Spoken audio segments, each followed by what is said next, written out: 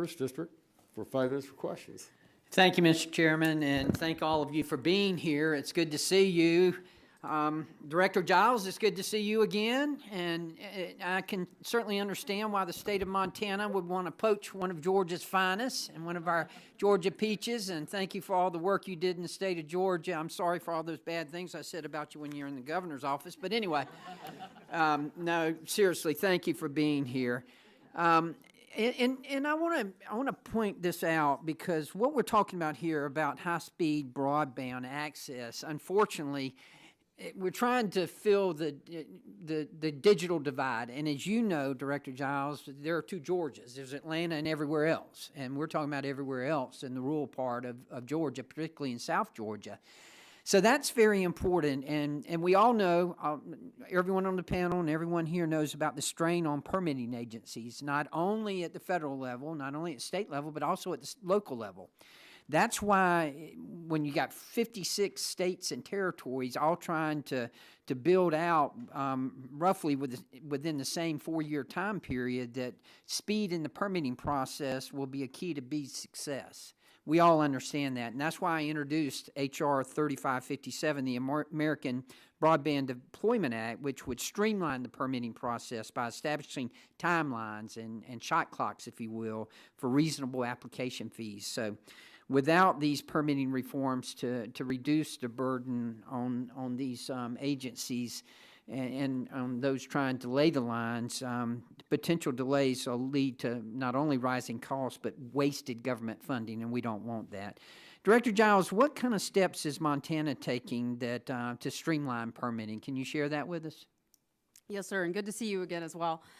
So obviously we're working essentially what we know with the law to be true. The guidance from NTIA has been minimal at best.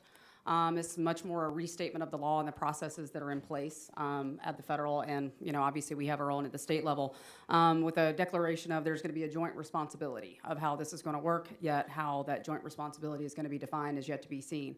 So we've essentially just been working with our local and state agencies internally to try to get ready to what we know to be true. MEPA in Montana, the Montana Environmental Protection Act is obviously in place. It mirrors much of NEPA, so we've been just trying to work the best we can internally, because right now we don't know the rules of the road, if you want to use that term, as to what's going to be expected on the state side fully as it relates to the requirements of NTIA. Well, your governor, who is a good friend and a former member of this committee, as a matter of fact, certainly will be great at helping with that, and he understands it all too well. But what about NTIA's ever-changing guidance on permitting? That's got to be throwing you a curve, and how's that helping or hurting with your preparation for rolling out BEAD?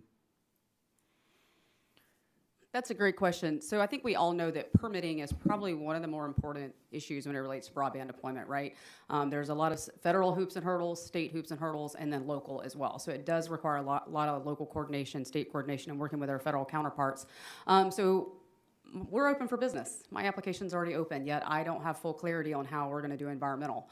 As stated, we are working through what we know to be true, that is the law, and just working through the basic guidance we do have.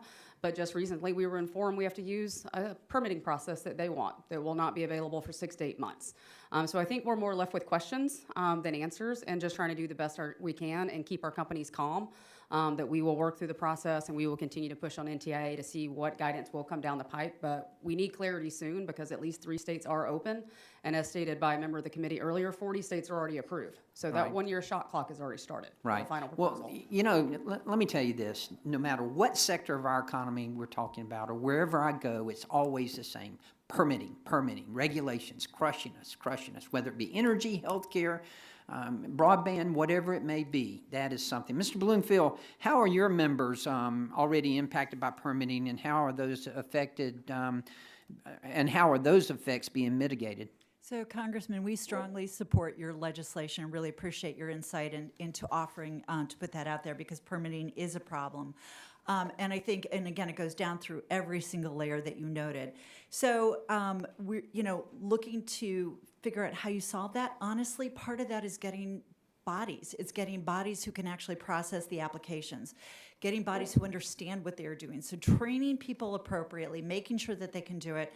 RUS, for example, has 6 people who actually do the processing of some of those permitting on the federal level for that program. That is not nearly sufficient for the amount of funding that is going out the door. The other thing is, I think we can be more common sense about it. If something has been previously disrupted for construction, that should actually have a pretty quick approval process. NTIA is trying to deal with NEPA and with some of the historical preservation, but it's moving slowly at best. Great. Don't tell me about historical preservation coming from Savannah, Georgia, the largest historical district in the nation. We know all about how that can hold things up. Thank you, Mr. Chairman, and thank all of